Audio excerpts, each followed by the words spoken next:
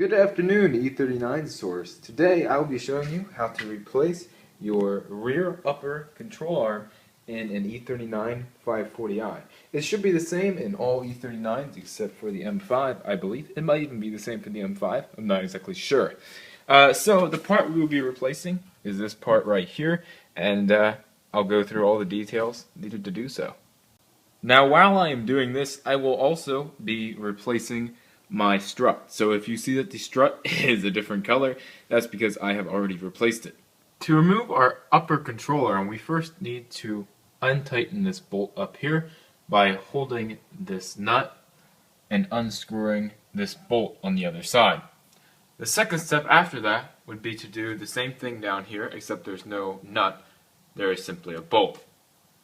Before you start this, make sure that you unclip all of these cables so when you take this off, you don't rip them out of the car. To get the lower mount for the upper control arm off, you are going to need to use a pair of vice grips. Then, while holding onto the vice grips on the bolt, grab onto your open end wrench and pull down. Once you get this broken free, you should see a little gap in here like I do now, and you can start work up here. What you're going to need is your breaker bar. You're going to need to put your breaker bar with your 21mm socket back here, being careful of the brake line. Put it right up here, and then on the other nut back here, counter hold with another pair of open-end pliers. Once you remove the rear upper bolt, your control arm is going to fall down like that. The next step is to finish removing the front bolt and remove the old control arm. Once you remove the bolt up front here, it's going to be very difficult. Just take your time and make sure that you don't strip any threads or anything. Once you get that done, you're going to want to slide the back toward the center of the car a little bit. You're going to want to move the joint over here out, and you're going to want to bend it a little bit. You know, it's a joint on a ball. You can bend it, and it'll make getting it out of this hole a lot easier. So bend it. Obviously, the smart way, bend it inwards, and then just pull this thing out, being careful of this wire right here. Do not bend or break this. It's very important. So, now that you have this out, we can move on to installing the new one. Once you have your clips back onto your new control arm, you can start to install the control arm into the car. You're going to need your new hardware, as well as your old bolt. Once you get your control arm into place, you can insert the upper bolt from the right hand side and put on your new nut. Now that we have our suspension completely together, including our control arm, we need to torque it down. Now, if you'll notice, I don't know if I can move it at all, but you can see there's a slight little gap in there. I tightened it until it was almost completely closed, but not quite. Same with the back. They're both kinda tight, but not tight. So, I preloaded my suspension to ride height, its natural height, and now I am going to tighten these bolts.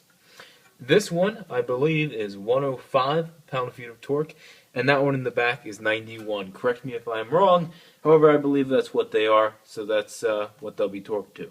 I had to torque mine down by feel because my torque wrench wouldn't fit in here.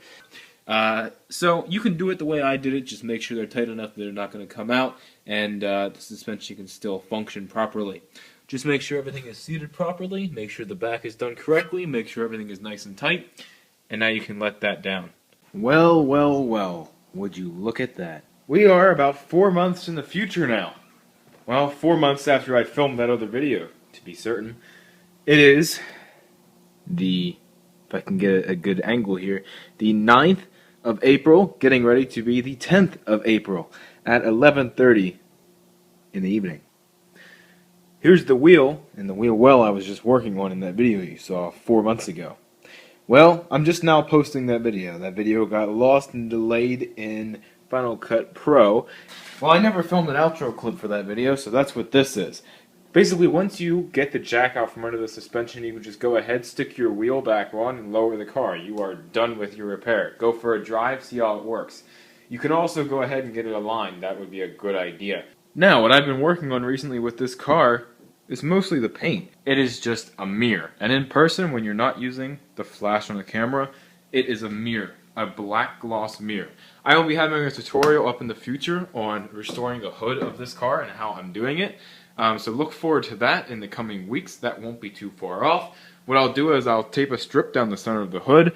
I will do one side. I will show you exactly how I do it. And then I'll do the other side and show you the finished product. So I am looking forward to that. I'm looking forward to the future with this car. Still waiting on a headliner. Having problems getting that here from Georgia. And if you look over there, today I removed that door panel and that window. Yes, you heard me right. I removed the door panel again. Well, I went a little further this time. What I did today was I bought a new door for that side. Mainly because that window didn't work. Then I found out the weather stripping was screwed. Then I found out the regulator was screwed. So what I decided to do was, since the door needs to be replaced anyway, rather than buying weather stripping for this door shell, I bought a new door shell on a new regulator. I have the glass from this door, and I'll put it all back together. I may even make a video about it. Let me know if anyone's interested in seeing that.